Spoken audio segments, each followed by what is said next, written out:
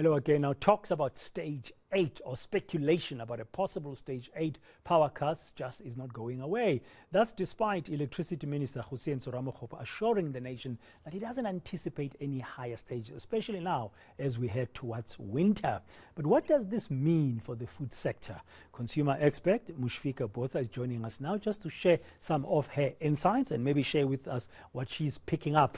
Good afternoon, Moeshfieka. Welcome to today and thank you very much for your time. I've picked up that some consumers, especially those who visit supermarkets and stuff, are beginning to buy more of certain products in terms of not really like a rush or panic to stockpile, but just in case I can have this stuff in my house if we get to higher stages of load shedding. What are you picking up? Hi, Dan. I must say that we are looking at some panic buying happening. And, stockpiling is different to panic buying. Stockpiling is more planned and panic buying is more impulsive. It's an impulsive reaction to anxiety caused by an impending crisis. And South Africans see load shedding as a crisis, and we see stage 8 load shedding as an even bigger crisis. And one also has to remember that it's not only the load shedding which South Africans are being hit with and which are undoubtedly affecting the pockets of South Africans because it's affecting the pockets of businesses. We are also being hit with tariffs, increase in Eskom tariffs starting on the 1st of April and then on the 1st of July. We're also being hit with increase in inflation, increase in rising food costs.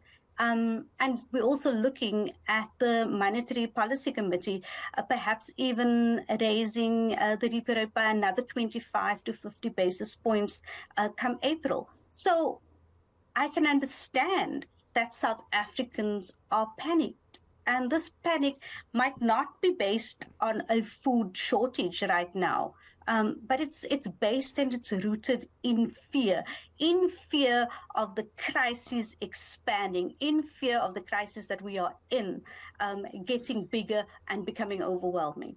So people are saying, let me plan, let me buy more of certain products in case things worsen. But I mean, it's not like there's a rush on the shelves, but the sense one is getting that some people, those who can afford to, are certainly doing so. And because it's based on fear, what would be your best advice? Because when I'm afraid, I can act irrationally. Yes.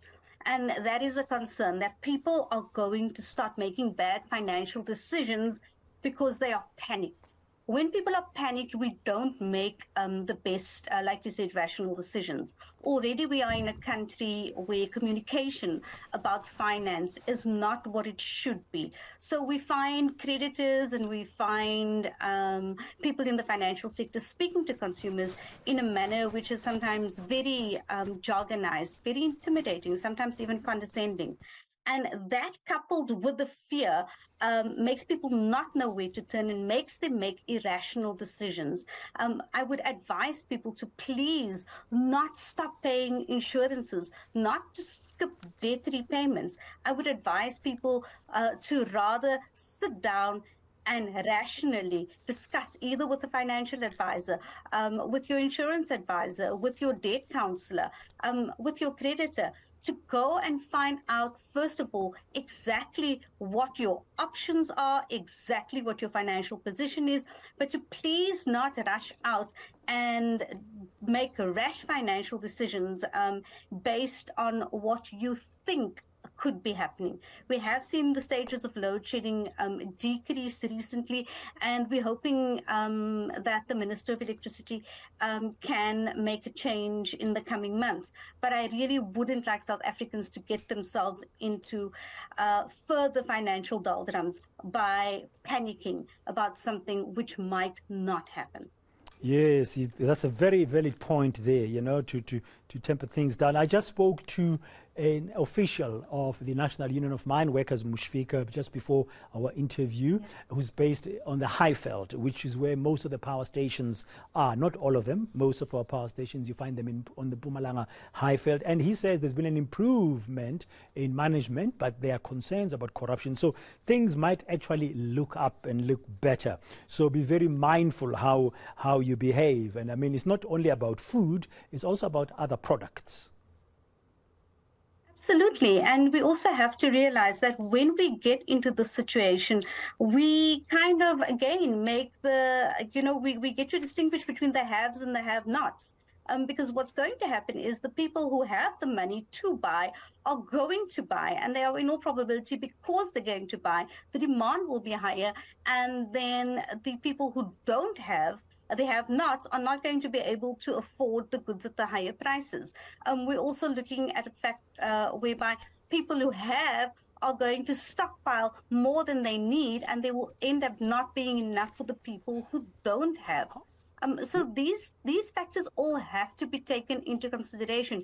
But again, I think it comes down to creating the platforms where consumers are informed about this. Consumers are right now in a state of panic, and I would say rightfully so. On a home loan of 1.25 million rand from January last year to January this year, there's been an increase of nearly 2,700 rand.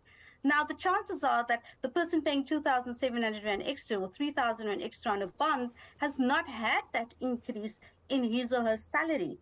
And that is what is creating panic. Prices are escalating. Load shedding is causing businesses to fold, and thereby consumers to be either losing their jobs or being put on short time.